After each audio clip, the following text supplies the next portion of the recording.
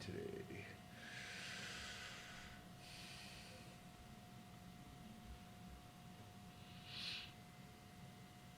Working today.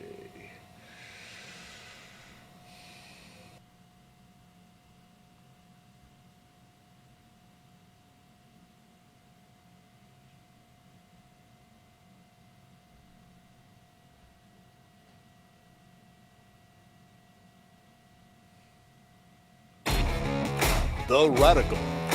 Fundamental principles of freedom, rational self-interest, and individual rights. This is the Yaron Brook Show.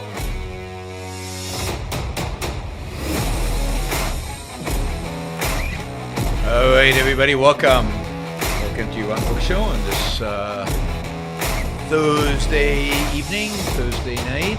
Hope everybody's doing well. Getting ready for a great Friday and a great weekend. All right. Lots of stuff in the news, lots going on. We'll cover some of the news items. As always, I'm open for questions. I want to thank everybody for everybody participated yesterday in the match, in the $1,000 Super Chat match. We went way over $1,000. We made it all the way to $3,000. It was pretty amazing. So that wasn't last night. It was 2 nights ago. So that was on Tuesday. So thank you, everybody. Congratulations to you, to me, to the show. That was great. That was great. So thanks, everybody. And, of course, we continue. You want to ask questions? Super Chat is available. The more you contribute on the Super Chat, the more likely it is that I will answer the question. I try to answer all the questions asked on Super Chat, but the faster. Thank you, Jonathan. Appreciate it. Thank you, En Sommer, who just sent me some money for coffee. No, I mean, 20 Canadian dollars still buys more than coffee, at least in the U.S. All right. So I don't know if you had noticed. It was pretty low key. This year, but today was Earth Day. Amazing. You know, what a phenomenal concept this Earth Day is, right? I mean, the first Earth Day was 51 years ago. 51 years ago. I mean, the environmentalist movement was relatively young. It had started during the 60s, really grew, and Greta was on PBS telling us she would not tolerate it anymore, and we better get our act together. So, you know, you guys better pay attention because she has that scary look about her. You know, like she's going to do something about this. She's kind of scary. But anyway, think about the wondrous environmentalist movement that 51 years ago, there was the first Earth Day. The first Earth Day. At the time, we were told that chemicals were going to cause us all to die young from cancer. Yeah, thank God they told us that. At the same time, the number one issue that people were concerned about was, too many people, the population bomb. Too many people on Earth. We were all going to die of starvation because there just wasn't going to be enough food. Population bomb, I think, came out in 1968 by Paul Ehrlich, who's still around, still probably celebrated Earth Day today. 1970 was just a few years before the big prediction, the big prediction of global cooling. We were all going to freeze to death.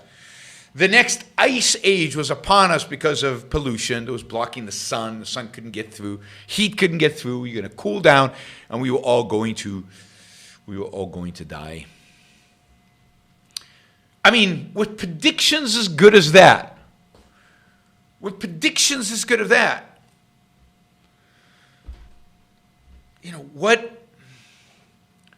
come you guys are not all out there celebrating Earth Day? Instead, you're listening to me here. I mean, they have warned us of catastrophe, of death and destruction, of the end of the world, of Armageddon.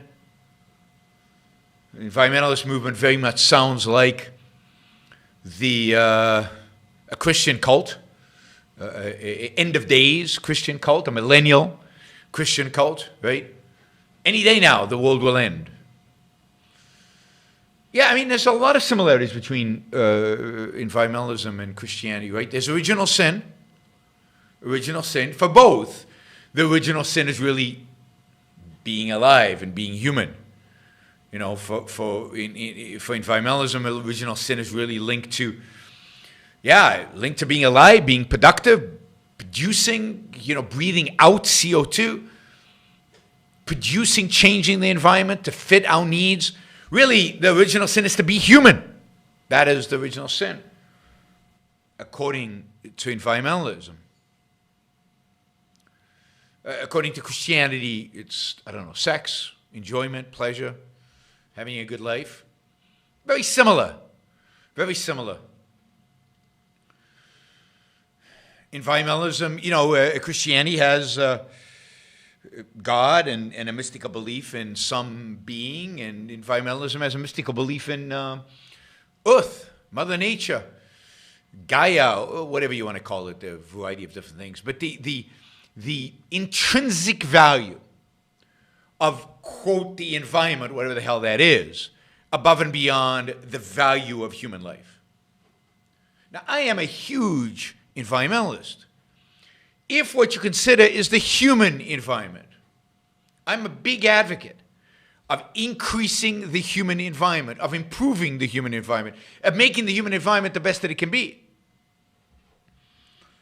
of finding ways to extend human life, extend human flourishing, extend human prosperity. I'm for changing nature as much as necessary in order to achieve individual human flourishing and prosperity. So in that sense, I am all for the environment in which human beings live. That's the only environment that has a value, because to have value, to be of value, you have to be of value for someone, for some purpose. For what? And to whom? Right. So, Joe. I appreciate it. I'm not sure what the ledger was about. $50. I don't get the $500 on hookers and drugs. I promise not to spend the money on hookers and drugs. It's pretty easy. I don't do either one. Those are not my vices. All right. I'm all for a great environment for human beings. And what's the best thing for the environment for human beings? What's the thing that makes the human environment best? Best. Oh, Joe Cow is Daniel. All right, now we're all even out. I get it. All right, Daniel is now Joe. How do you pronounce that? Joe. Anyway, he's a cow now. I don't know what happened to Daniel. Something happened overnight. Anyway, Daniel just gave $50 to round up from the $450 he gave 2 nights ago. So thank you, Daniel. And that's terrific. A couple of nights ago was amazing in terms of the amount of money we raised. Of course, we don't want to let it up. We want to keep going, but that is terrific. So the human environment, what's the most important thing for the human environment? Not cows, no. It's pronounced Jew cow? I don't know. That sounds anti-Semitic. You better watch it. All right, a free society, of course. A free society is what is necessary. So in that sense, we're all environmentalists. Alejandra says that today we have to reach $400. Alejandra is always right about these things. Yes, $400 is kind of our normal Super Chat raise. That's just standard practice. And then once in a while, we have these exceptional ones. No questions today. lot of contributions, which is nice, but no questions. We're gonna have to get some. I don't know what. I don't know. Yeah, there's too much distracting stuff going on Super Chat. Daniel changing his name has disrupted the flow completely. It's completely confused me. All right, so today was Earth Day. And as part of Earth Day, Joe Biden held a summit. It's so cool these days where they can, even the President of the United States can get on Zoom and hold an international summit of presidents leaders from all over the world. And that's what Joe Biden did today. And so he had Putin on, and he had Xi from China on. I mean, really, all our buddies. He had Bolsonaro from Brazil. He had Suga, the Prime Minister of Japan, on. He had the South Koreans on. Justin Trudeau, of course, from Canada, was on. Just a who's who of world leaders. I guess the Prime Minister Modi of India was on. So they were all on Zoom, I guess, or whatever the government equivalent of Zoom is. And they made pledges today. Not to increase human flourishing, but they made pledges today to cut carbon emissions. I mean, this idea that carbon emissions are destroying the planet are going to lead to so this is the thing about environmentalism. It's really interesting how environmentalism has evolved and taken root. Environmentalism is always intellectually, philosophically, has always been about the intrinsic value of the world out there, of nature, of the environment, whatever people meant by that. And yes, there were human consequences, but those were not played up by the environmentalist movement. And as a consequence of that, it wasn't that successful. When people would get upset about, I don't know, snails and rare frogs and whatever, some stuff was some people got pretty upset, but overall, it didn't change the culture. It didn't change the world. But environmentalists have figured out that the best way to get people really excited, the best way to get people to act, is to convince them that if they don't, they're signing their own death warrant. And if they don't, it's bad for them. So the environmentalist movement has spent the last 30 years, convincing us that we were killing ourselves, convincing us that living, producing, caring about human flourishing, caring about production, caring about an increased standard of living, caring about human life was actually suicidal, was actually bad for us. And it was a hard sell. I mean, I remember in the early 90s, it was the first documentary I ever saw about climate change and how we all were going to die. And of course, Al Gore ran on this in the 90s. And you remember Al Gore's documentary and all of that. And it was huge in the early 2000s.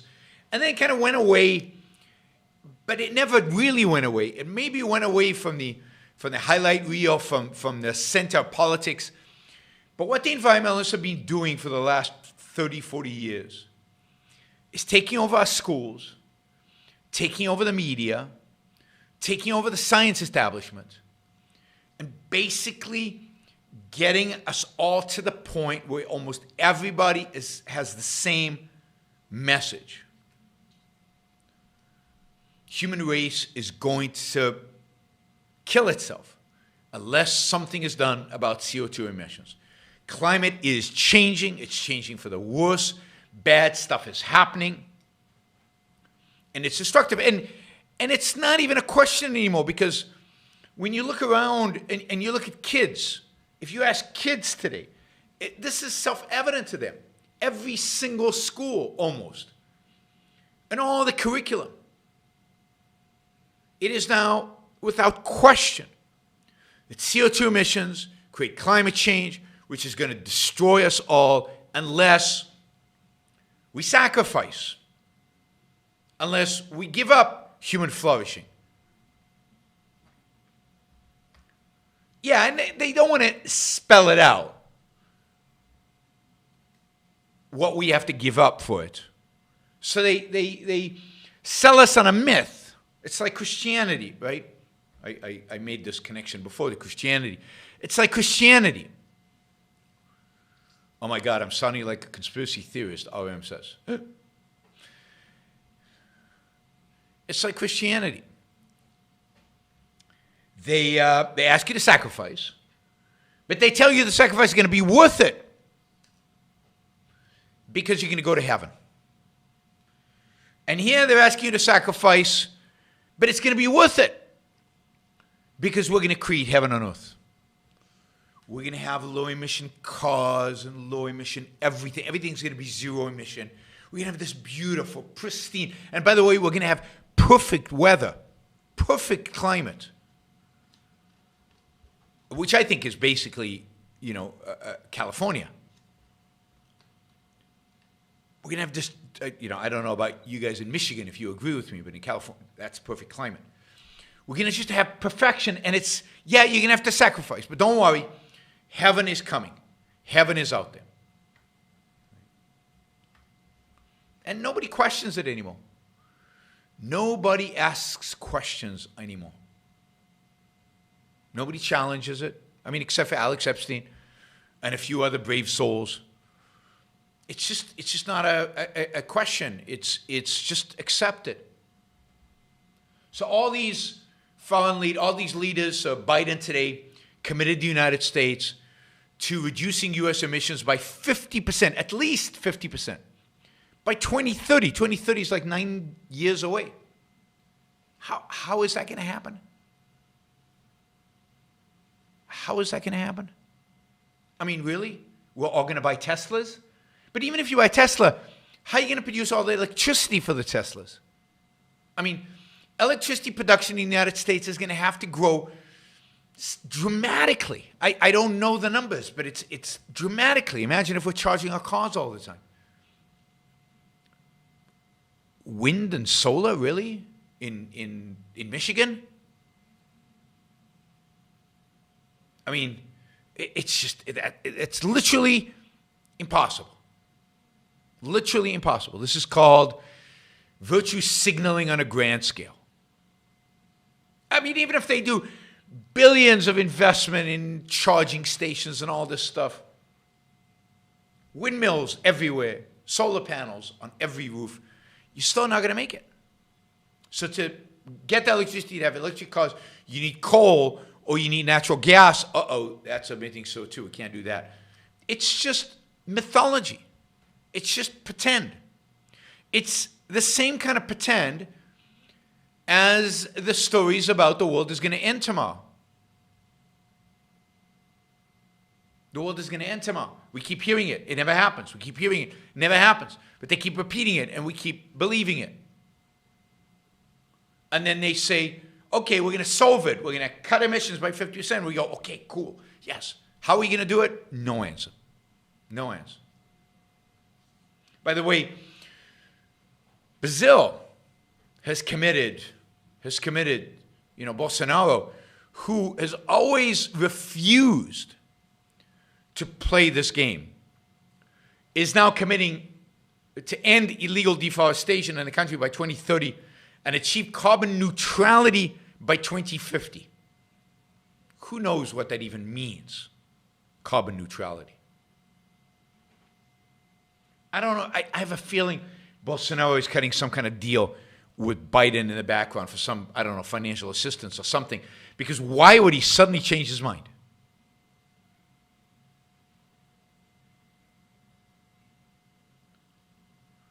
Japanese Prime Minister has pledged to curb emissions by 46% by 2030, as compared to 2013 numbers. So much bigger off of today, I assume. 46% whereas in the past 26%. It turns out the Paris Accord was nothing. All these numbers are far higher than the Paris Accord. Justin Trudeau, of course, of Canada, has vowed that Canada will slash emissions 40 to 45% by 2030 compared to 2005 levels. Much bigger increase on what he's committed in the past. I assume that is going to mean they're going to stop the number one export business in Canada, which is mining and oil exploration. Prime Minister Modi of India has committed to vow to install 450 gigawatts of renewable energy by 2030. India, which is a country still struggling to get hundreds of millions of people out of poverty, they're going to devote their energy instead of that into subsidizing and government funding inefficient, unproductive, I guess, solar energy. Now, maybe India and China will do all this with nuclear. That's the one hope I think they have. Russia's making big commitments, right? And of course, Putin wanted to shift the conversation. So he wants a big global reduction of methane. I mean, this is his attempt to get back at the United States because, what produces methane? Anybody know what is the biggest producer of methane? Cows farting. Cows farting is the biggest producer of methane. It's a massive contributor to gas, right? China is all in on coal. China's all in on natural gas. China's all in on nuclear. China's all in on everything. China is building power plants like crazy, and it's building power plants of all types, including nuclear, but not only nuclear. China, by the way, has committed to peak emissions before 2030. So China's not apologizing. They're saying, we're going to increase emissions until 2030. Then we'll start reducing them, and by 2060, we'll be carbon neutral. Again, meaningless.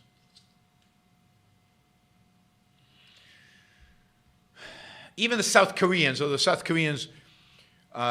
only pledging not to help build coal plants around the world. All right, didn't know they were doing that. So the world leaders, virtue signaling, the Great Reset. I did 4 shows on the Great Reset. I did a great interview with Alex Epstein on the Great Reset. You can find that on my channel.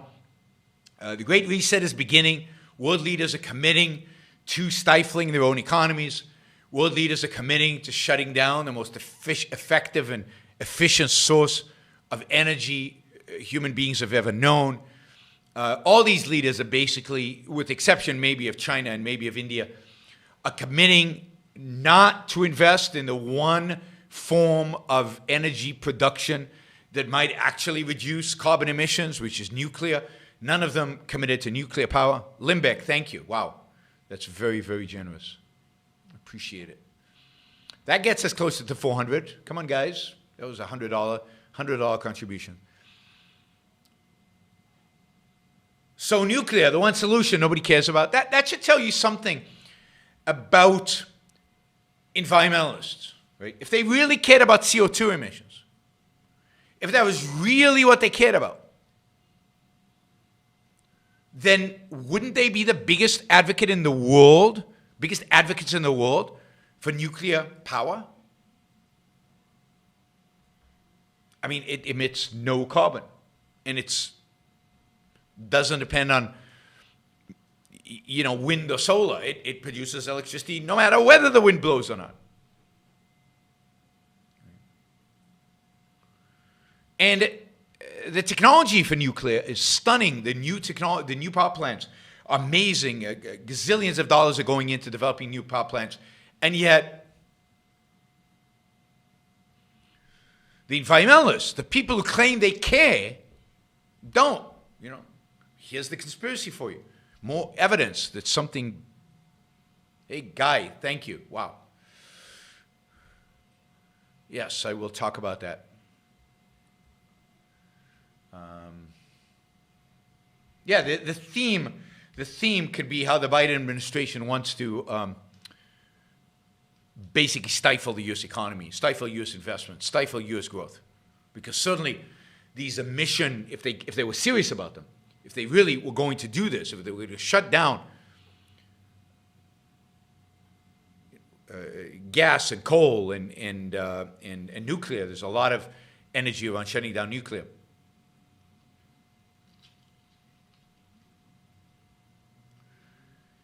That it would reduce, if they were serious about all that stuff, then it would destroy the U.S. economy, destroy the world economy, destroy the global economy. All right, let's see. I'm going to copy this one comment once then, because Richard is just killing it today. I need to save this. All right.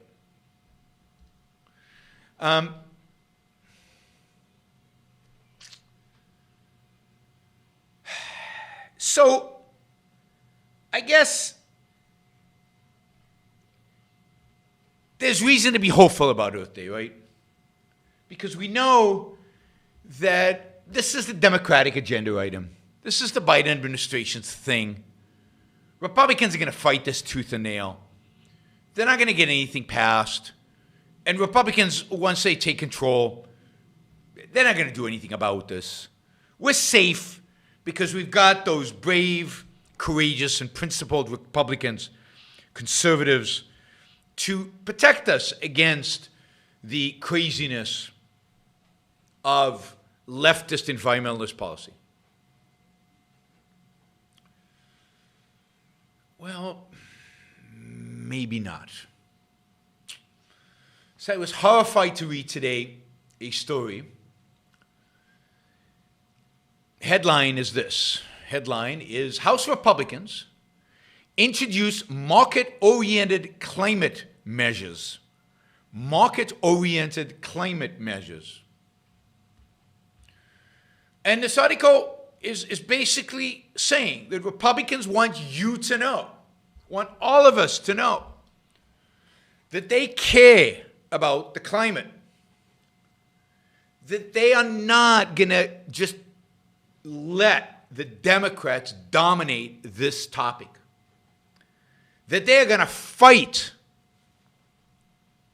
for ways to reduce CO2 emissions.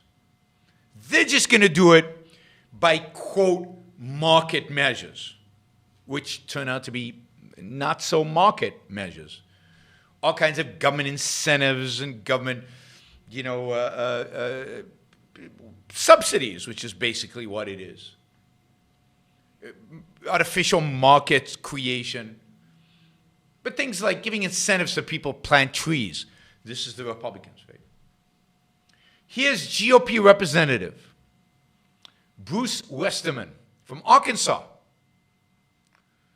a ranking member on the Committee of Natural Resources. Quote, to me, conservation is simply being a good steward of what we have. And it's leaving the earth as good or better from an environmental standpoint than we found it. Really? I mean, I for one think we should exploit the environment as much as we can for the benefit of human well-being, for the benefit of human life, for the benefit of human longevity. What does it even mean to leave the environment better? Better for whom? Better for me, better for the spotted owl, better for fish, better for owls, better for tigers, better for whom? The article goes on to say listen to this one, climate-conscious conservatives are also quick to point out that environmentalism has deep roots in the GOP, beyond acclaimed environmentalist figures like former President Teddy Roosevelt and former Pennsylvania Governor Gifford Pinchot, the first chief of the U.S. Forest Service. Quote, Ronald Reagan was a champion of supporting public lands and finding ways to lower emissions through different technological initiatives. And then you look at President H.W. Bush and George W. Bush, who both acknowledged climate change. They both supported a lot of public lands protection. Here I thought Republicans, or at least conservatives, would be for privatizing public lands. Indeed, isn't the way to solve the problem of the commons to get rid of the commons and to make them private? In the 1960s, the article says, when we got the Endangered Species Act, actually, the article is wrong. The Endangered Species Act, all the other acts that they're going to list now, actually in the 70s. So, in the 1970s, when we got the Endangered Species Act, we got the Environmental Protection Agency, we got the Clean Air Act, the Clean Water Act. Who do you think was president? Okay, so Endangered Species Act, EPA, Environmental Protection Act, Clean Water Act, Clean Air Act. All these massive regulations to control business. Who do you think was president when those four big foundational laws, the foundations of the environmentalist movement, were passed? Well, it was Richard Nixon. It was a Republican. Right? Again, Congressman Westerman, they've always been conservatives that believed in the true tenets of conservation. But I think you've seen the left come in and radicalize environmentalism. And it's made it look like they care more about environment than conservatives and Republicans. But that's not true. We care more.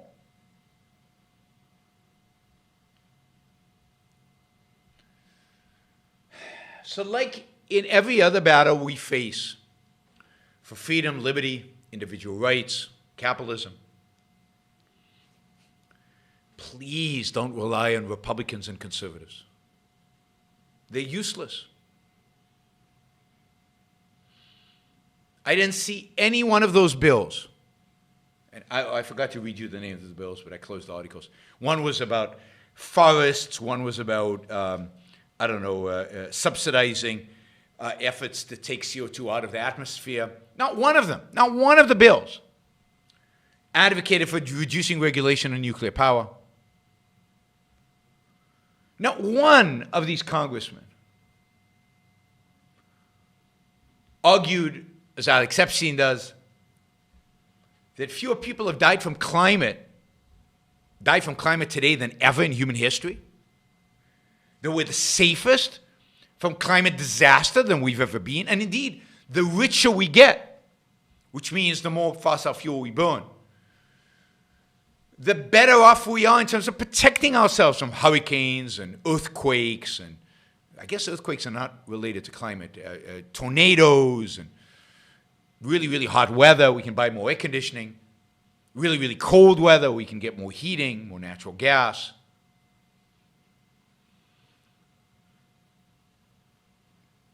Not a single Republican today, that I saw at least, stood up to defend our way of life, to defend our freedom, to defend our liberty, to defend our prosperity. And that's kind of par for the course. Par for the course. So there we are. So, yeah, depressing stuff. All right, Guy asked in a super chat, $50. So this is. Could you please discuss the capital gains tax increase proposed by Biden today? Thank you.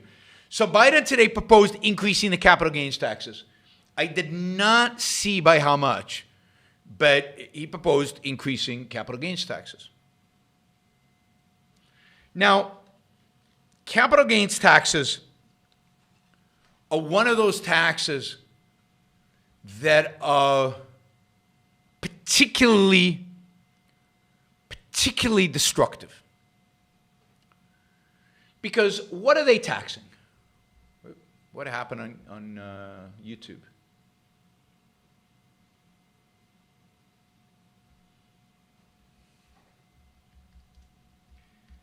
All right, you guys still there? All right, looks like we're there. What are they taxing? Well, they're taxing the profit you make on your investments. Profit you make on your investment.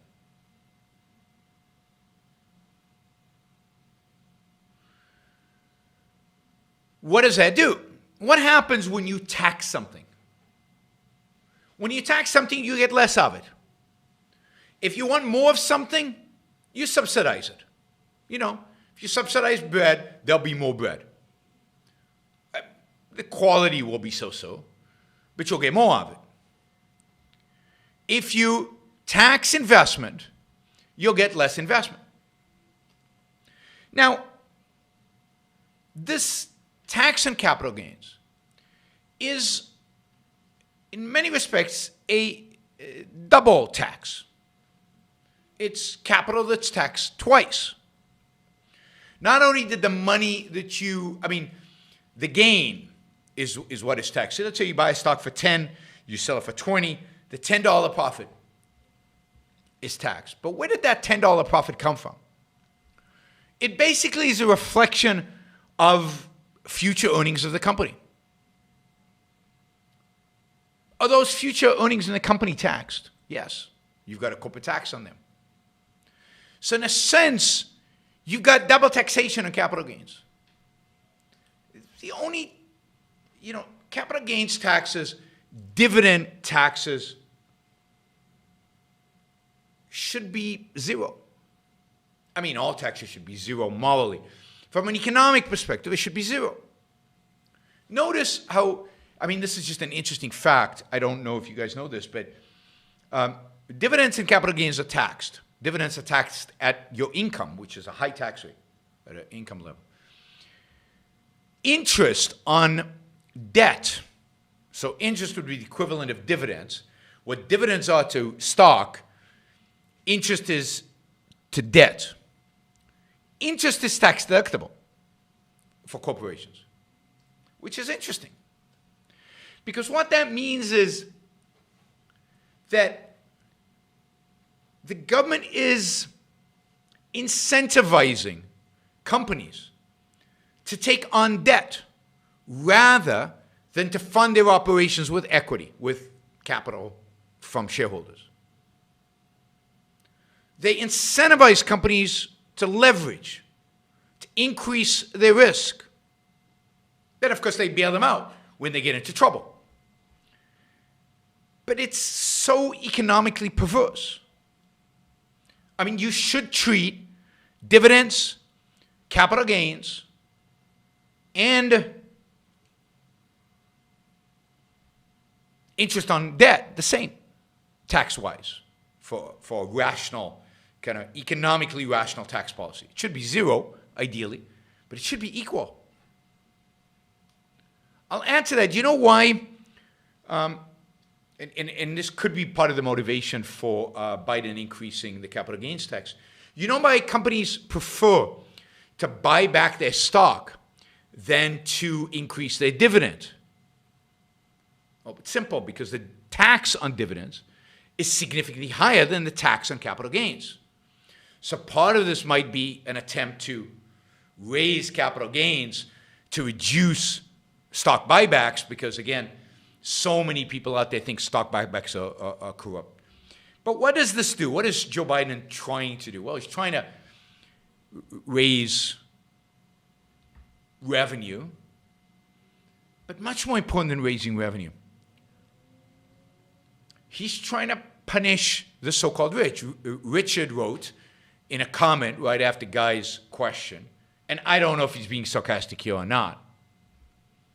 He says, that only affects rich people. F them.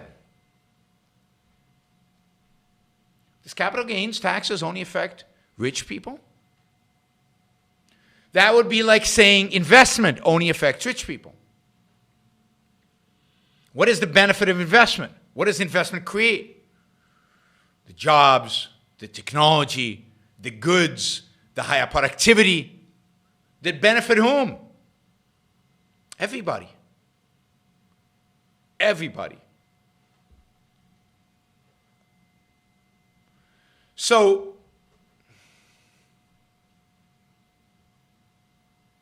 Ruther says Biden punishing the rich means punishing himself. Yeah, but nobody's ever had a problem with punishing themselves. The rich vote to raise their own taxes all the time. The rich vote to punish themselves all the time. So capital gains increases means less investment, less economic growth, fewer jobs, lower wages because lower productivity. Everybody suffers. Everybody suffers. You cannot have an economy without investment. Investment is what drives economic growth, what determines economic growth. Saving and investment. It's not consumption. Problem with the wealthy is they don't hide their wealth well enough. They pay way too much of their wealth in taxes. So, this is part of the left's attempt to punish the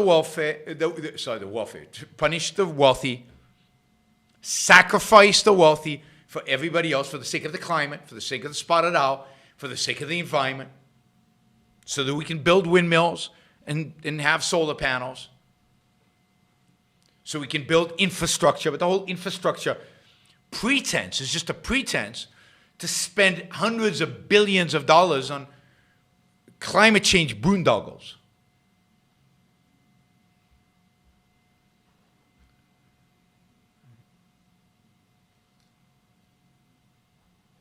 So it's absolutely the case that raising the capital gains taxes will be incredibly destructive. And it looked like the market responded that way, that the stock market, I think the Dow was down 330 points or something like that today, and it seemed to respond directly to the news about the capital gains increase. Now, whether he can get that through the Senate is doubtful. I think we will see, but I think several Democrats have said that they will not support an increase in capital gains. But again, we'll see. We'll see. All right, we're getting questions. Guy asked a question. Landon now asked a question. Landon says, everybody's burnt out from the previous super chat. The thing that bothers me most is my company and many others have gotten behind these causes. I know. And partially is climate change is so embedded in the culture. It's so embedded in our educational system. It's everywhere. It's just taken for granted. It's not been a big thing that everybody's talking about. It's as a policy because they've been spending their time instead dominating our educational system so that it's unquestioned now. And given that, companies feel like they have to participate because their employees demand it, because their customers demand it, because the community demands it, and maybe because the CEO has drunk the Kool-Aid and believes in this as well. Samuel asks, what is your opinion on salt and malt reactors?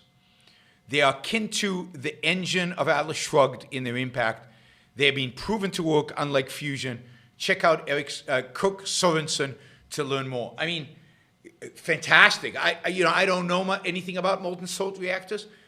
I assume these are, they still use nuclear fusion, or am I wrong? But it's a technology that people have been talking about, I think, from the 1960s, at least if it's the one I'm thinking of. And look, that is the solution to the extent that climate change is an issue. I don't think it's catastrophic, but maybe it's an issue. Maybe we should slow down CO2 emissions. Maybe, right? To the extent that that is the case, then the solution is technology. The solution is trial and error. The solution is let's try molten salt. Let's try thorium. Let's try nuclear. For all I care, let's try solar and wind. But let's try them in the marketplace. Let's see who the winners and who the losers are. And look, the losers are not necessarily losers. Failure is not necessarily a loss. Failure often is a way to learn. Modern nuclear power plants have almost, the Bill Gates nuclear power plants that he's proposing have no waste. Most nuclear power plants in France have no waste to dispose of. They recycle the waste constantly. So let the market work. Let innovation. Let people's, ingenuity Let entrepreneurs. And the way to do that is not to subsidize, not to talk nonstop about these things, but to reduce regulations, spur the energy market by encouraging it through a loosening of the regulatory process. Today, it's almost impossible. A nuclear power plant built in the United States, not because of costs. And the costs have nothing to do with the technology. The costs have everything to do with regulations. So we need robust competition, innovation, ingenuity in the nuclear power business. Right. Environmentalists show an isolated patch of plastic in the ocean, and now we have awful straws, horrible straws. I hate paper straws.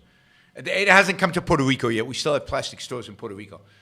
A wise man, Leonard Peikoff, said a picture is not an argument, and a picture is not an argument. It's a tug on your emotion. But you can create pictures to define, to pretty much tug on any emotion in any direction you want. Right? We need nuclear power. Not only because of climate change, because it's incredibly efficient, and we're going to need a lot of electricity.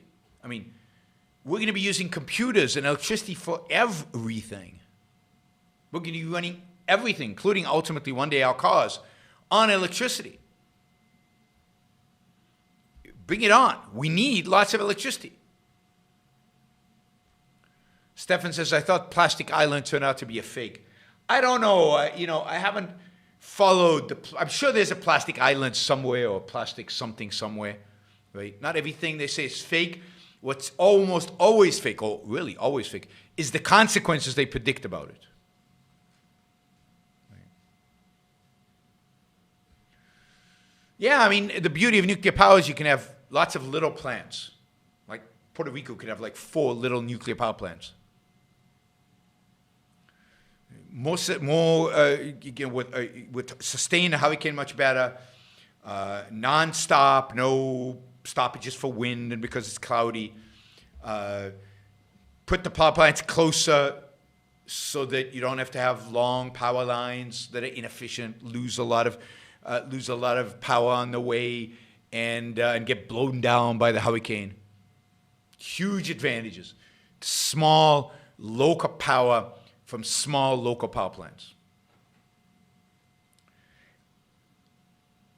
It very well could be that from an economic perspective, Biden is setting this country up for a disaster that will last a long time. I mean, if he gets what he wants, and I'm not sure he's going to get what he wants, but if he gets what he wants, if he gets the increase in corporate taxes, if he gets the increase in capital gains taxes, if he gets the budgets that all the money for all the stuff he wants to spend it on, if he starts really curbing and curbing fossil fuels, it will be decades-long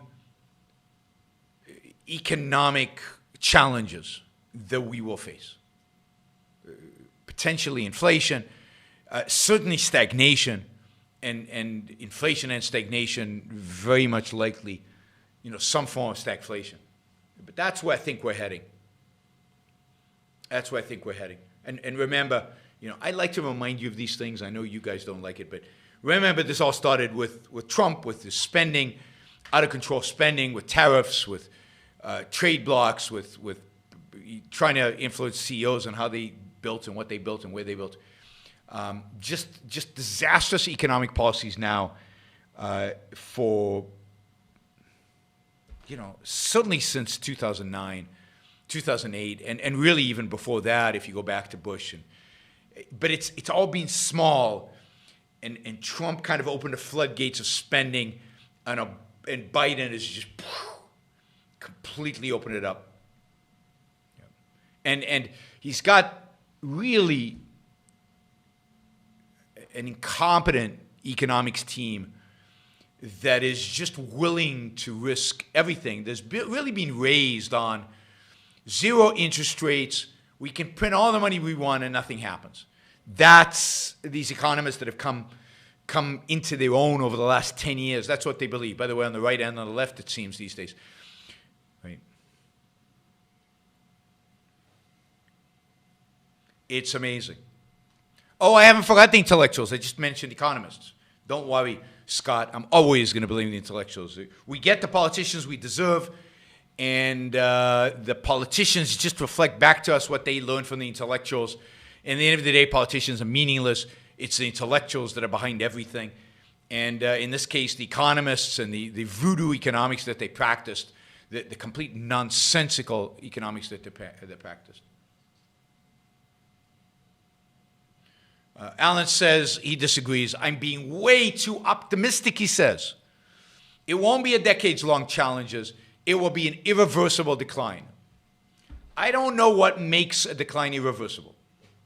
As long as human beings have free will, declines are reversible. And from an economics perspective, purely economics, put aside philosophy, intellectuals, culture, right? Put aside all of those things. From an economic perspective, reversible like that. Relatively easy to reverse. If you got the right people in power, if you got the right people advocating for it, if you got the right people to deploy the right means, no economic decline is not reversible and fairly quickly. Fairly quickly. Right?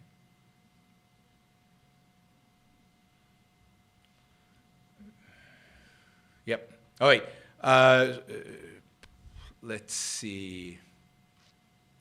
Landon says, I've been asked by my CEO to report on carbon emission reduction metrics, but refused because the data is garbage. It's not easy to say no, though.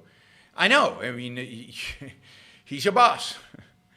But the data is garbage. It's meaningless. As Alex Epstein has shown time and time again, all these claims by corporations to be zero, whatever, is complete garbage. It's complete nonsense. It's virtue signaling and somebody in Landon's position making numbers up in order to satisfy the marketing and the boss. Right? All right, I want to talk about investment bubbles. We need an investment bubbles in nuclear. That's what we need right now. So as you know, I've launched this project, Ingenuism. Ingenuism is a project that is where we want to both understand, identify, promote, educate people about the prerequisites for human progress, the prerequisites for human flourishing.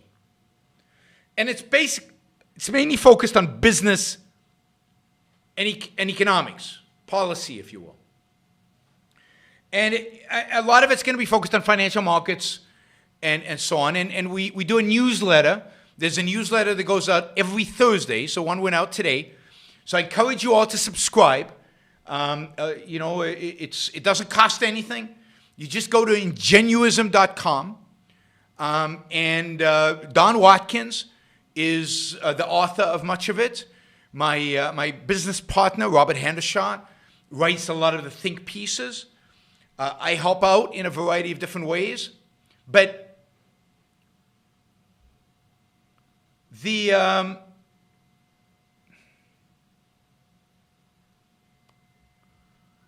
content, I think, is excellent. It's positive, and I know most of you, not most of you, I know many of you are not interested in anything positive. You want to be depressed. You want to just hate. You want to just despise everything that's going on. I mean, and you miss Trump, I know. But there's positive things going on. There's exciting things in the world of technology. There's exciting things in human progress.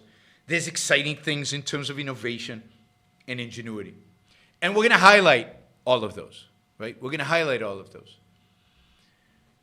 But also we're going to try to explain it, because I think one of the great mysteries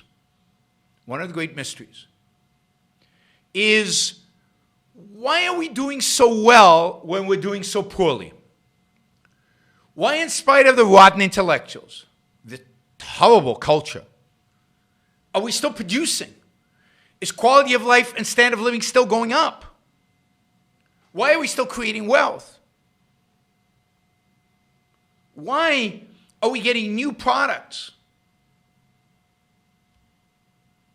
Where does that come from? And part of the Ingenuism project is to explain all that. And so I encourage you all to go sign up. Ingenuism.com. You can subscribe. It doesn't cost anything. You get one email a week on Thursday with the newsletter. And then once a month, we put out a long essay. And you get that in an email. Right? You get that in an email. So please go enjoy, relish in the positives, because that's what this newsletter is really focused on. And today, we ran a story about some work my partner Robert did on bubbles, and it has to do with the dot-com bubble. And I don't know how many of you are old enough to remember the dot-com bubble, but it was crazy, right? The Nasdaq went up in 1999. I think it was 98% in 1 year. You know, everybody, anything with a dot-com went through the roof. Anything with a dot-com went through the roof. And massive amounts of dollars were funneled into some really dumb ideas. I mean, really, really, really dumb ideas. It really had nothing to do with Y2K. It was about the dot-coms, about the discovery of the internet, and everybody's investing in the internet. Pets.com. Remember Pets.com? And there were too many to mention of the failed companies. And what happened is, starting in March 2000, the NASDAQ collapsed from over 5,000 to 2,000. Companies were wiped out. Hundreds of companies went bankrupt. Y2K was just another millennial cult. Another, you know, like the environmentalists. The world is going to end because of a computer glitch. That was Y2K. As if nobody had an incentive to fix it if there was a computer glitch. So we had this massive bubble and huge amounts of investment. And the story coming out of the bubble, when the bubble burst, companies went bankrupt. People lost huge amounts of money when the NASDAQ came down. And it didn't recover to 5,000, I think, until after the financial crisis. Enron was just after 9/11. This is before 9/11. This is the NASDAQ collapsing in March of 2000 and continued to collapse well into 2001, well into after Enron.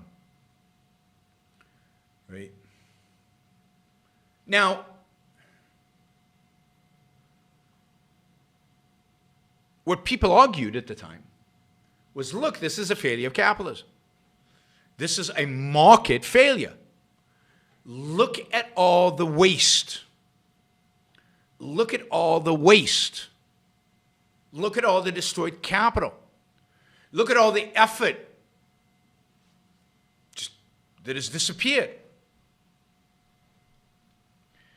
And in the article today that we put out, short article, is an argument that says, no, that's not true. If you look at all the wealth invested during the bubble,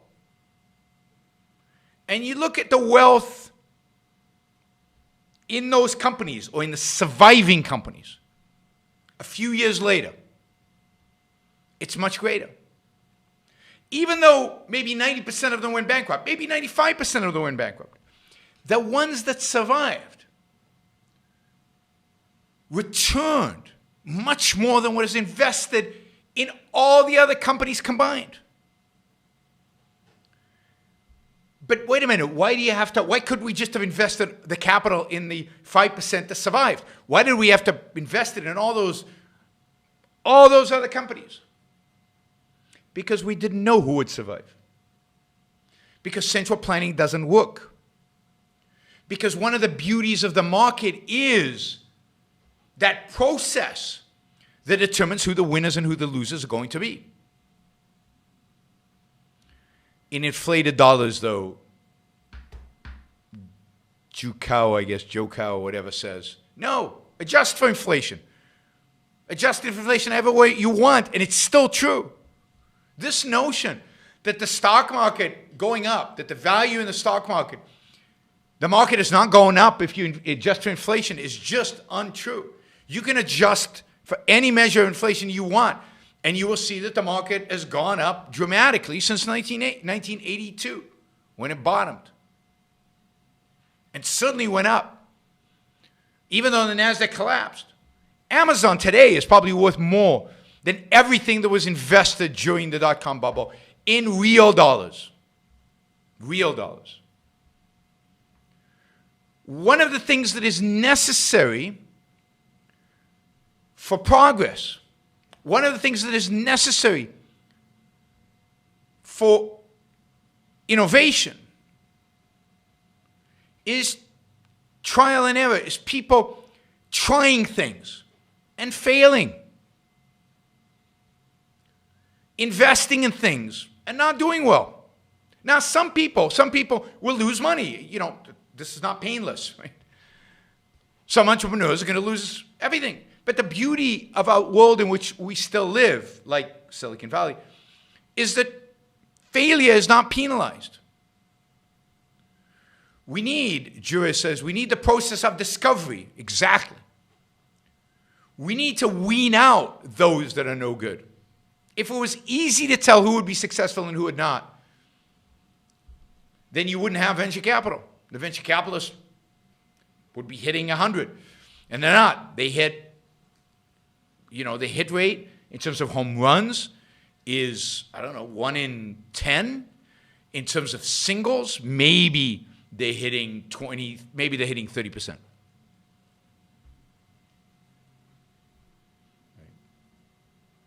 So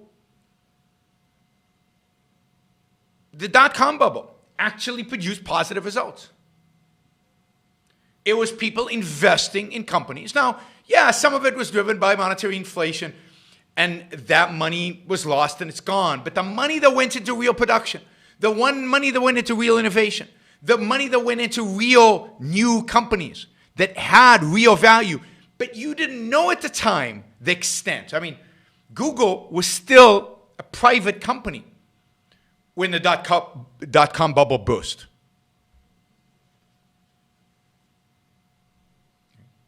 I invested in a company that was going to sell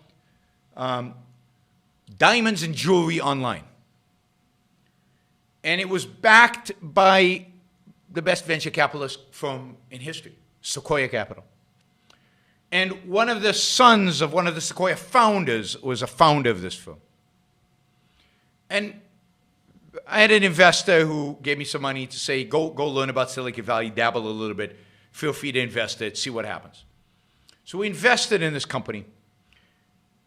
And it basically raised $63 million, spent it in 9 months, and went bankrupt.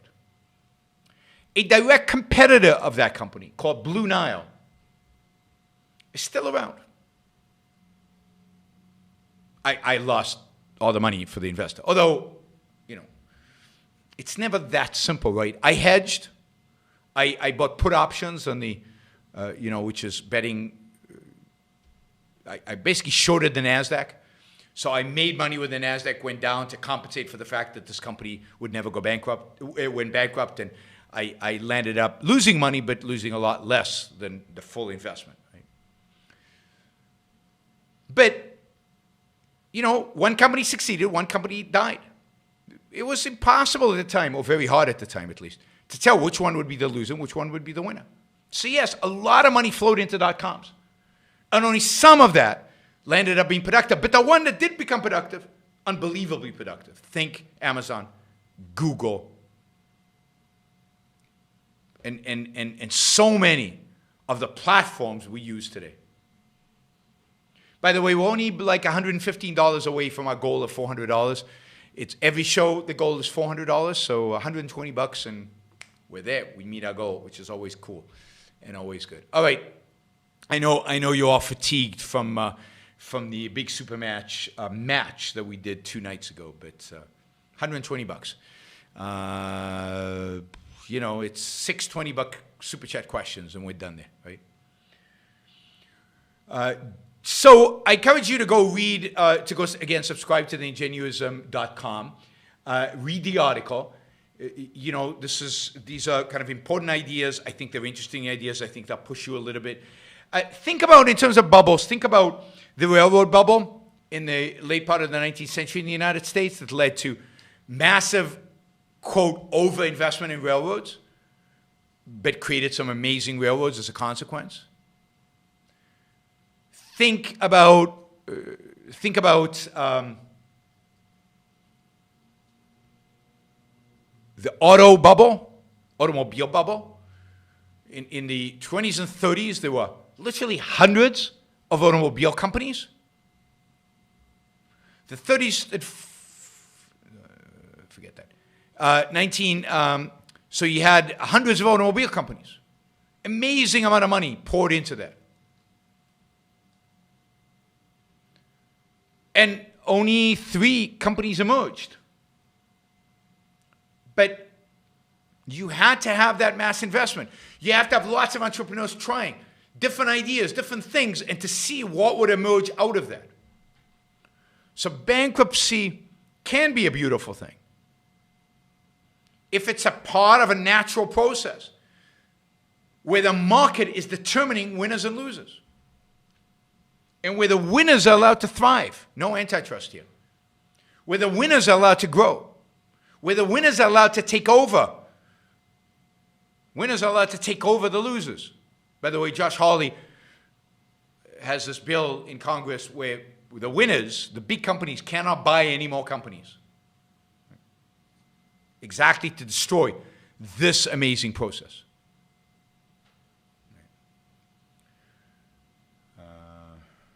Charlie, thank you. I appreciate that. That's great. I've got the camera mapped out. I'm still debating which lens to get. Again, if anybody out there knows anything about the Sony 7C and the kind of lens I would want to put on that camera for this, to do this, not to take pictures, not to go out there and take videos, crazy videos out there, but just in a studio to take this kind of video, what would be the best lens for Sony Alpha 7C? If anybody out there has that kind of expertise, please let me know. I really appreciate it. All right, we're down to $89.28. So, again, I'll try to remind you every show, do a little bit of something about ingenuism on every show. But yeah, hold in your mind that question. 24 millimeter f1.8. That's good. Thanks. Do you recommend a Sony or a different brand? See, I'm doing business right. f1.8. Yeah, I've got that camera marked down. So 24 1.8, 24 f1.8. Okay. Brad, thank you. Thoughts on the future of cryptocurrencies and how, if at all, it will change global markets overall. So, it's funny you should ask that question, Brad, because on Monday, let me just pull up a calendar, one second, so I can give you the exact time. On Monday, I'll be not debating, but having a conversation with one of the biggest advocates for Bitcoin in the world. I guess he's Australian. The guy's name is Stefan Livera. Stefan Livera. Stefan Livera has a massive podcast, YouTube channel. He's a huge Bitcoiner. And we are going to be discussing Bitcoin and liberty on Friday. It'll be on YouTube. It'll be streamed live on YouTube and Facebook. I'll have to get you. I'll post on Twitter and elsewhere. I'll post the links. I think I've been posting the links on Twitter, so you can probably find it on Twitter, Brad. It's at 6 p.m. Eastern Time. 6 p.m. Eastern Time.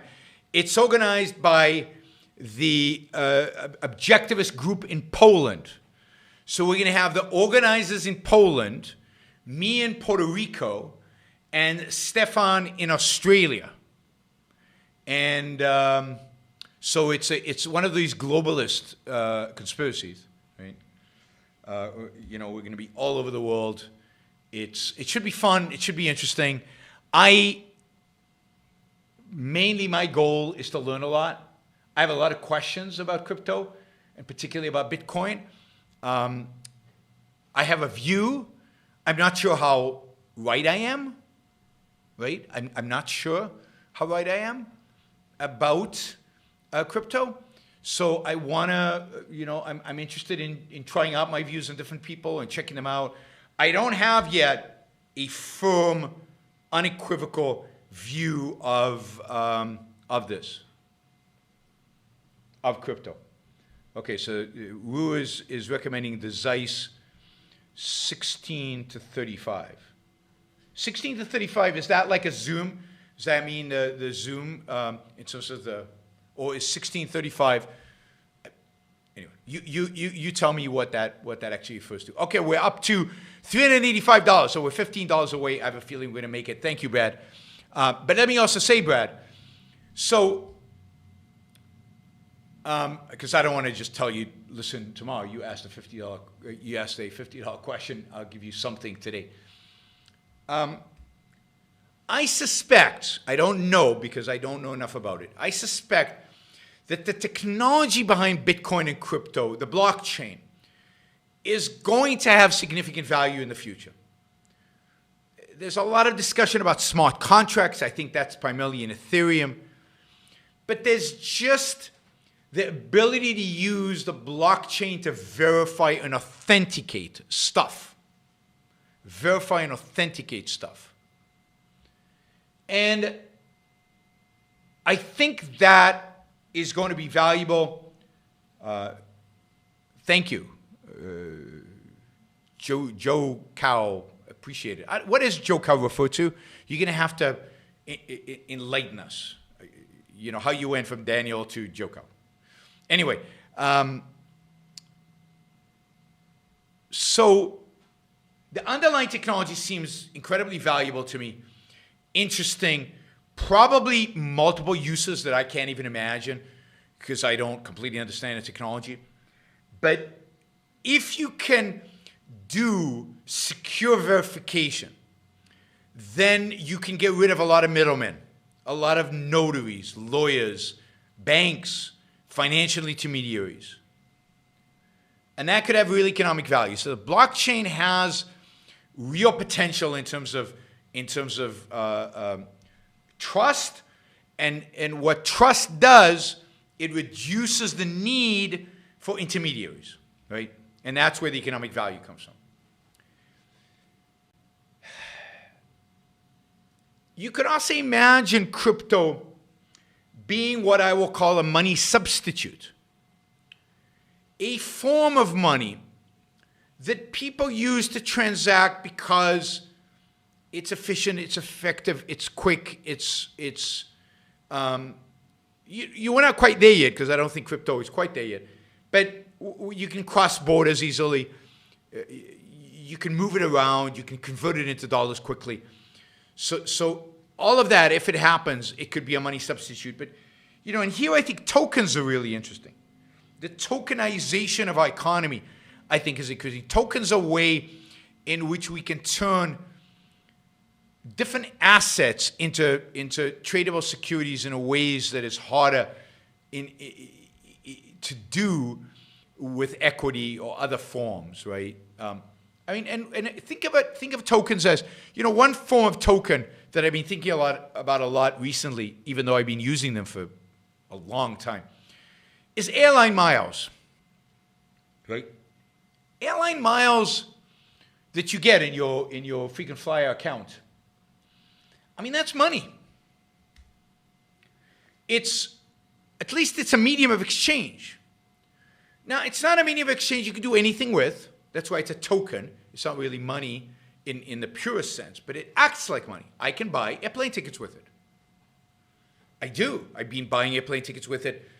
My wife has been traveling all over the world in business class for free for the last 10 years using airline miles for free.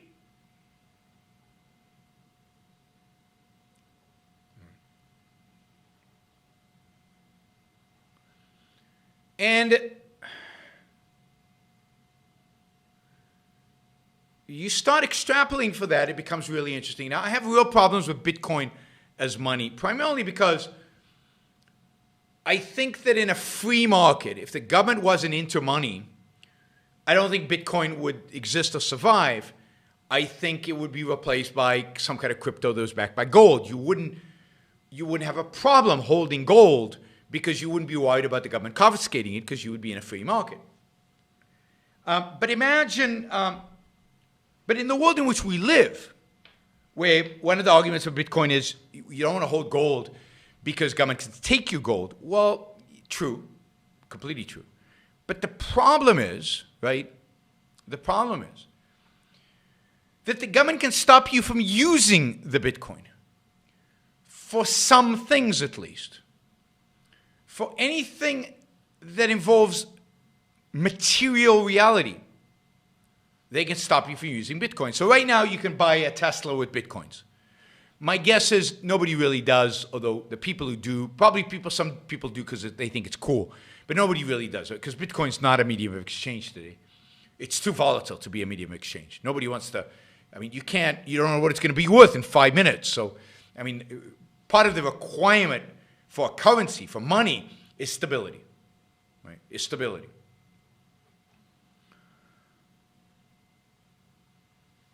But, so, where was I? Bitcoin. So, the government could pass a law that says you cannot buy a Tesla with Bitcoin. And that's a law that can be enforced. And because it's not an electronic transaction. Now, even electronic transactions, it can be enforced because Bitcoin is not really anonymous, right? Identity can be determined in Bitcoin. But let's assume it was anonymous, assumed it couldn't be traced. Tesla can be traced. So imagine if the government said you cannot buy physical goods with Bitcoin. Then why have it? So it would be very limited in terms of what you could do with it. And again, it would be limited to doing what I've always said. I've always said Bitcoin's value proposition is that it makes transacting in illegal stuff possible. That's its value. The more demand there is to transact in illegal stuff, the greater the value of Bitcoin will be. More governments restrict our ability to transact freely, to move goods freely, to move capital freely, the greater the value of Bitcoin. The freer the world in which we live is, the lower the value of Bitcoin. The lower the value of Bitcoin. All right, let's do some of these Super Chat questions. I might not get to the third topic. UBI in LA, I might delay for another time. Let's do the Super Chat. Scott, I'll get to your Super Chat question, but I'll just say, I answered exactly this question maybe 2 shows ago or 3 shows ago, but I will repeat my answer, and I'll give you that answer in a little bit. Let me first, there's some people who asked before you, so I will do that. Why is insider trading good? Could insider traders put call and puts on the companies they have information on? So why is insider trading good? Insider trading is good. Well, I never said insider trading is good. Some insider trading is good. Not all insider trading is good. You don't want the CEO of a company to buy put options on his own company or to short his own stock. It creates really, really bad incentives, right?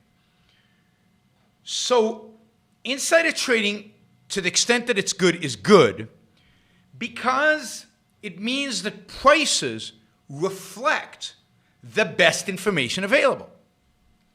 They actually reflect, they're much closer to the truth, if you will, because people know a lot more about what's really going on.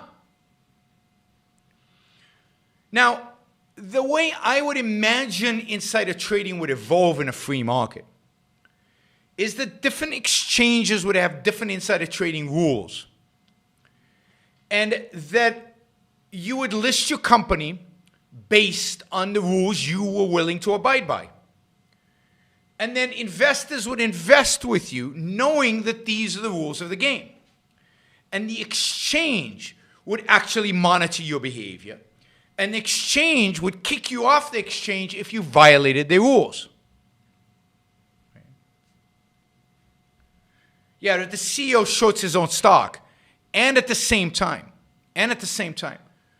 does something to tank the stock, he's violating his fiduciary duty, and that is morally and wrong. So again, one mechanism would be different exchanges have different rules. Let's see who wins. Second mechanism you would have is you would have contracts, where you have today, between management and the company and the board of directors and the investors that basically said employees cannot short the stock, or employees cannot buy call options or put options on the stock, or whatever they want. Whatever the company decided its insider trading rules are, those are the rules that would be enforced in the company, and it would be contractual. And I think every company in the world would have a provision that says the CEO is not allowed to act against the interest of shareholders, and he's not allowed to provide himself with an incentive to act against the incentives of shareholders.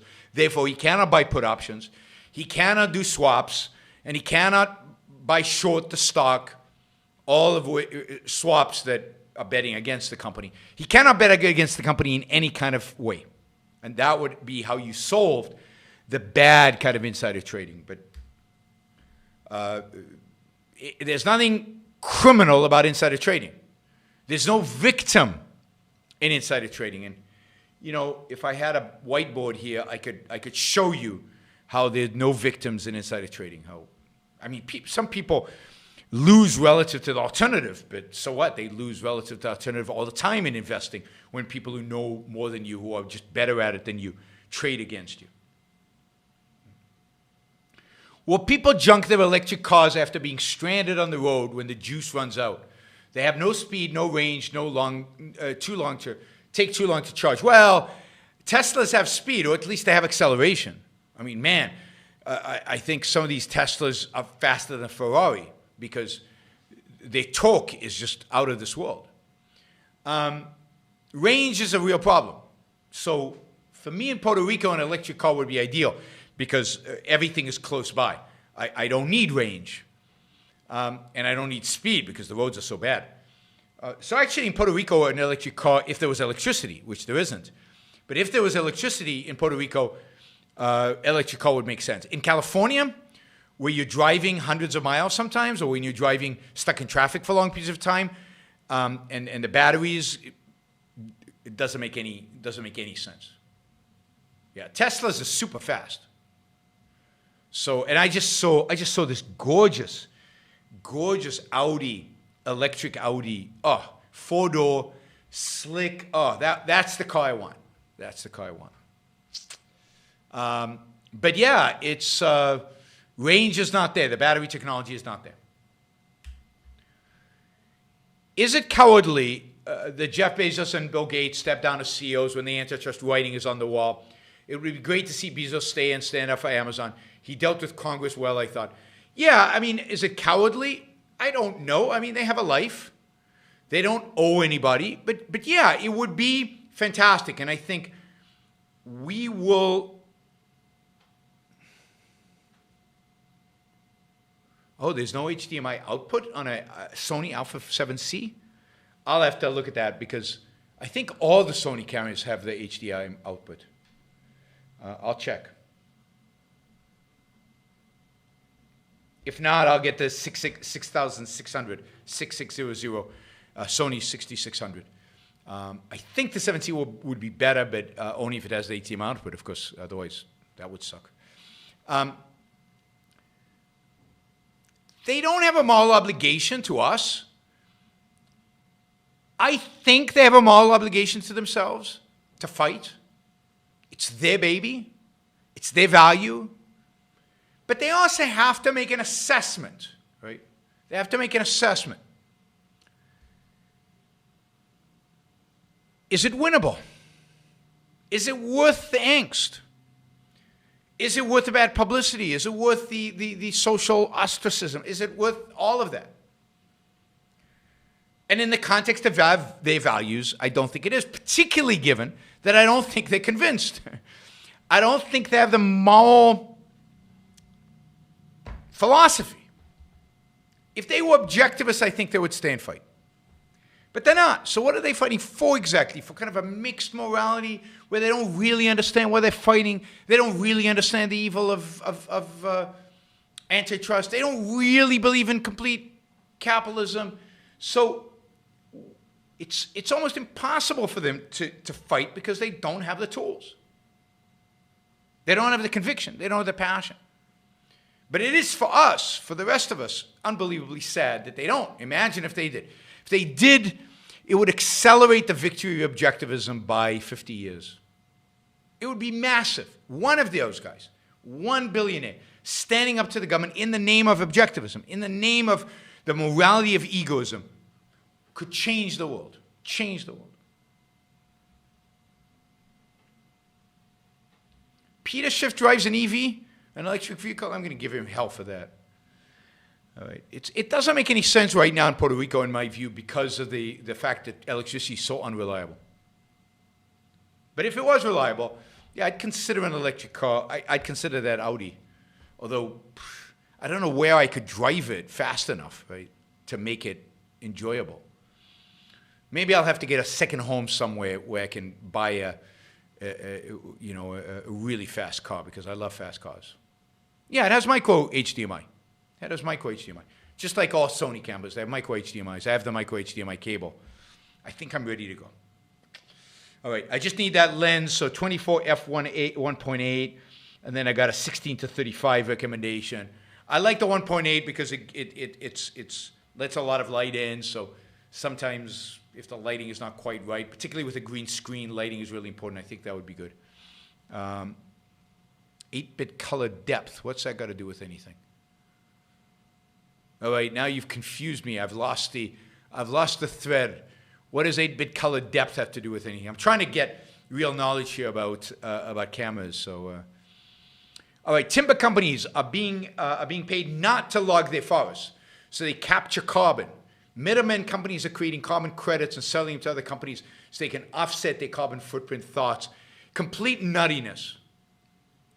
What do companies that log trees do after they log the trees if the property is private? If the property is private, then what do? They replant the trees, so the trees would go back again. Right. Trees will go back again. So why are people buying, selling carbon credits? Carbon credits are government creation that are a market phenomena. You want to go plant trees, go plant trees. Buy some land, plant as many trees as you want. I'm all for buying land and planting trees. But timber companies are the reason why we have more trees in America now than we had 100 years ago. Why the world has more trees now in spite of the destruction of the rainforest than it had 100 years ago. It's because we're converting farmland into trees. Because farmland, we don't need it because we're so productive in creating food that we don't need all that farmland. So we can plant trees. So I'm completely against all of that. All right, I need to understand something from those of you writing about the 7C. This is the key question. If I'm comparing the 7C to the 6600, which one is going to be better for a green screen? Not for photos, not for other stuff. For video with a green screen background, I'm looking for the best camera available. I mean, I don't want to pay $5,000 for one, but best camera available. And the two I'm looking at is 6600, 7Cs. Let me know. You guys are the experts. Let me know what you think. All right, this is Scott's question, which I answered just, I think, 3 shows ago. I don't know if he asked it or somebody else. You seem to think DIM makes it impossible for the left to take over. But can you see that CRT, critical race theory, is the new communism replacing class with identity politics? Yes and no. And I explained this on the show the other day. So communism is a form in which the left can take over. But I don't think communism will ever be popular in America. I don't think communism is appealing to Americans, certainly to a majority of Americans, and it's certainly not appealing to an overwhelming majority of Americans. I don't think communism is ever going to be the ruling philosophy in America, the ruling politics in America. What about CRT? You say CRT replaces the proletarian, replaces Marx's utopia with identity politics. You see, but it doesn't. Because CRT is not, I mean, there are lots of reasons why it doesn't, but here's one. And CRT is not an integrated philosophy. CRT is a disintegrated philosophy. It is a philosophy that places everybody against everybody. It's not like you take the worker class against the proletarian. Sorry, the proletarian against the bourgeois. Particularly in an era where they're more proletarian than they are bourgeois. And certainly against the rich. And you chop the heads off of the rich. Everybody agrees to that. And then you try to convert the bourgeois into proletarian. Okay, you're integrating around the proletarian. And notice that communism promises you a utopia. It promises you something where everybody now is a proletarian, but everybody in this utopia gets to do anything they want in any kind of way. CRT is one minority against another minority, against another minority, against the majority. And remember, the majority, the overwhelming majority, is out in CRT. But even within the context of identity politics, each little group is against another little group, which is against another little group. This is the whole intersectionality pyramid. Everybody's against everybody. The more claims to victimhood you can accumulate as an individual, the more you're supposed to be.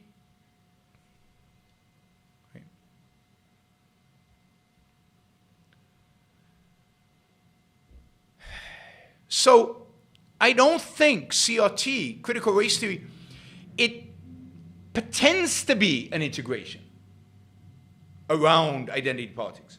But once you get into it, what you discover is the disintegration, the complete disintegration. And this is why everybody's fighting. Everybody is fighting everybody, because what's the priority for example, Black Lives Matter? Originally, when Black Lives Matter started, it was about, yes, police brutality against blacks, so on. And it was about anti-capitalism. It was about socialism, anti-corporations and socialism. But then people said, but wait a minute. What about gays? So then it became very pro-gay and less advocating for socialism because it didn't have time because it was focused on gays. And they said, whoa, wait a minute. What about the transgender? Okay, we're focused on transgender. But what about black female who convert to men, or men who convert to female? Whatever, however you want to slice it. It's a disintegration. It's destructive. There's no greater evil than its destructive nature. But I don't think it is an integrated philosophy. And I don't think the majority is ever going to buy that kind of guilt. I've said over and over and over again, and I haven't seen anybody try to refute me, that the dictatorship in America will come when you integrate the integrated parts of the left and the right. And I think there are three. Mysticism, but probably in the form of some form of Christianity. Nationalism, which I don't think the left is against. And environmentalism. And yeah, if the person advocating for those three happens to be a transgender black person, then they'll have even a better chance. But that's not going to be the issue. Nobody's going to have a revolution over transgender rights. Nobody's going to have a revolution about intersectionality, about one little group's claim against another little group who's oppressing it and the relative oppression. And yeah, they all agree whites are the bad guys, but the whites are the majority and are going to be, even if not a majority, they're going to be by far the largest group possible. Who's going to win that battle? I mean, it's obvious. And a big part of that was Trump's appeal, was the rejection of the complete absurdity and ridiculous nature of the left's ideology. And the more the left embraces that ideology, the more Trump-like candidates will win on the right. The worse the left is, the more the right will win and be successful. And put aside their racism, the right, just the right. No, I mean, you guys just don't have a historical perspective. You're in Weimar Germany, and you think the communists are going to take over Germany. And they're not. And it's just not going to happen. The dynamics of the left taking over are completely different. Of course, they're setting the stage for the future. I agree completely that critical race theory, cancel culture, intersectionality, the various forms of socialism on the left, they are creating the circumstances. They are creating the circumstances that will turn America towards fascism in order to stop CRT, in order to stop the left. The left will lose, and it'll lose to the fascists, and we will lose to both. That's unfortunately my prediction. So again, communism was never a threat in Germany. It was never a real threat in Germany. I mean, read up about Weimar Germany in the 1930s. Hitler wanted you to believe that communism was a threat because he wanted you to believe that he was the only thing to stop it, but they were never a threat in Germany. Germany was never going to be communist. No Western European country has ever come close to being communist. Even Italy, that had a strong communist party, even England, that Marx thought would obviously become communist, became socialist, never became communist. No Western European country ever became communist, and no Eastern European country became communist out of its own free will. It was forced into it by the Soviet Union, by the Russians. So, no, it takes a very unique circumstances to bring about communism, and it ain't happening. The nuttiness, the egalitarianism, the destructiveness, the disintegration of the left will bring about, yes, there were revolutions, but they didn't almost win. They lost. The nuttiness of the left will bring about a counter force. And, I'm tired of arguing this. I've said this a million times. My arguments have not changed because nobody's provided with any evidence to suggest that I'm wrong. I think, maybe Leonard Peikoff disagrees with me, but I think my view is consistent with them. Maybe it's not. Maybe somebody will prove me wrong, but I haven't seen anybody yet prove me wrong on this. So dictatorship will come. It'll be bipartisan in a sense that it'll take elements of the left and elements of the right. The elements of the right will be nationalism and religion. I think the element from the left will be environmentalism, and you can see it already in these conservatives who are groveling before the left to show that they've got the credentials. They care about the planet as much as anybody. That's what will bring about dictatorship in America. The left is too nutty, too crazy, too insane, too hateful, hateful of everything. Not just hateful of a particular group of people, but hateful of everything. Hateful of America. Americans will never vote, will never support authoritarianism from a leader who hates America. A leader in America, you have to wrap yourself in the flag. Oh, I am happy to make alliances with the rational right. And I talk to the rational right all the time. I subscribe to their stuff. I embrace them constantly. I'm in touch with them constantly. But the rational right, and unfortunately the rational right today is smaller than ever. But there is a rational right. There are better people out there, you know.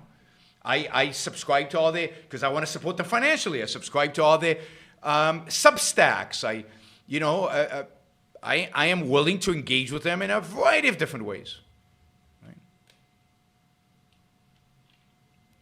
So I have no problem with the rational right. It's the irrational right, which I think right now dominates the right, which I have a problem with and have had a problem with for a long time. And always will have a problem with. And by the way, there's a rational left, which I support. Substack is a platform for distributing blog posts, basically. And so look up Substack. I mean, ingenuism.com, which I talked about earlier, ingenuism.com, which is my new project. Please subscribe. It's free. Is on Substack. It's a Substack product.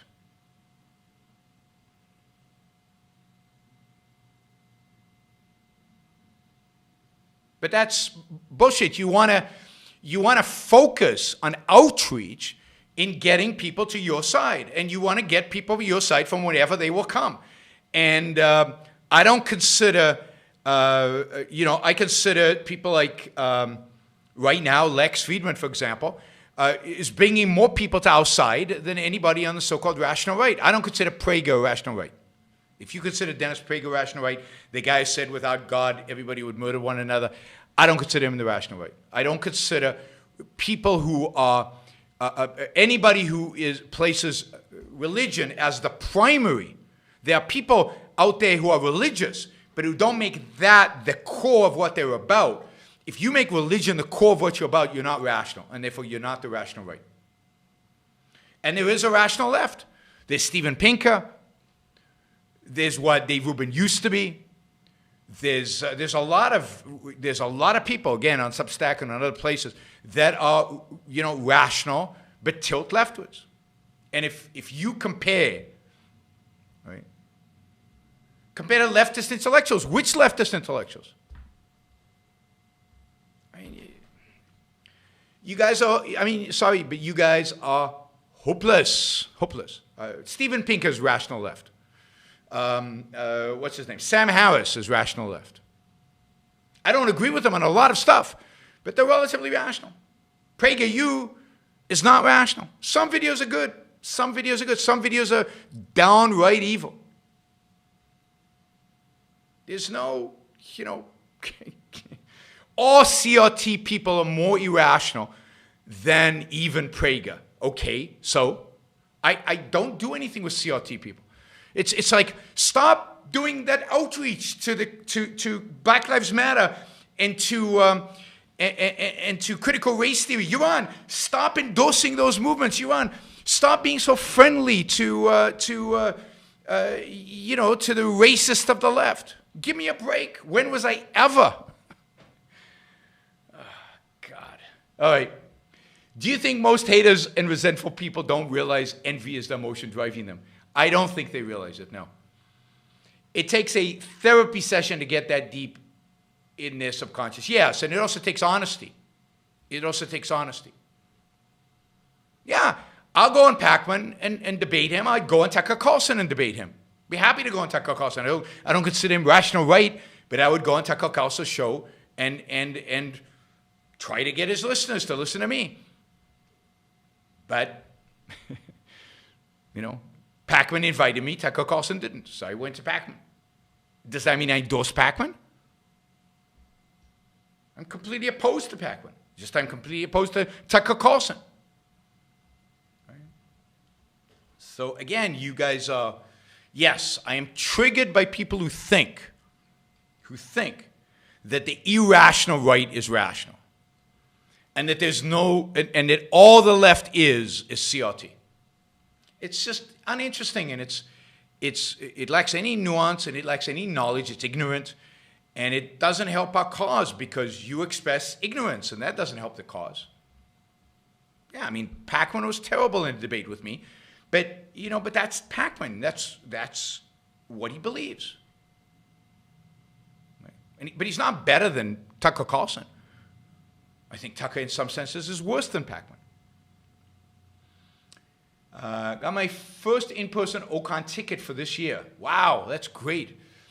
Can you let us know how cool this year's Ocon will be and remind everyone to go? Yes, everybody should come to Ocon. First of all, it'll be super cool because it'll be live. It'll be in person. There'll be like 400, maybe more objectivists in a room together, not wearing masks, I think. It's going to be amazing. It's going to be fun. They're going to be amazing lectures. I'm doing a lecture on basically on OPA, on objectivism, the philosophy of Ayn Rand, on the contribution of OPA to our world, the value of OPA represents in our world. I think that's what I'm doing a lecture on. I'll probably be doing a number of other things too.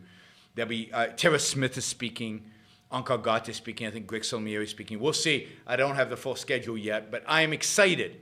I'm excited. I think it's going to be. I think it's going to be amazing and a lot of fun, right? And I encourage everybody to come, get vaccinated before, so you don't have to worry about masks or anything else, and just come and have fun with a bunch of other people, right? And as we know what the program is, I'll pitch it more. All right. To end, don't forget to like the show before you leave. Don't forget to subscribe if you're not a subscriber. Don't forget to support the show on a monthly basis. It's the best way to support the show. Please, we need to get to 1,000 financial supporters. We're short like 350. So, it would be great if we get 50 off of the next few weeks. YaronBrookShow.com/support. That's where you can do it. You can make that monthly contribution. You could also do it on Patreon. You could also do it on Subscribestar. And don't forget, of course, I think I did all the don't forgets. All right. Thank you to all the super chatters. Thank you to all of those of you on a monthly basis, on a super chat basis who contribute to the show. Thank you for being here and listening and chatting. And I will see you all on Saturday. I will be doing, in the next few shows, one of those shows will be Yaron's 12, well, I don't know if it'll be 12, but Yaron's Rules for Life. I will be doing that. It's going to take me a little time to prepare. I have to actually think this through. It's not like this is right there. So I will be doing that soon. And look forward to you. Thanks, guys. Don't forget to leave thumbs up, love, likes before you leave. And see you on Saturday.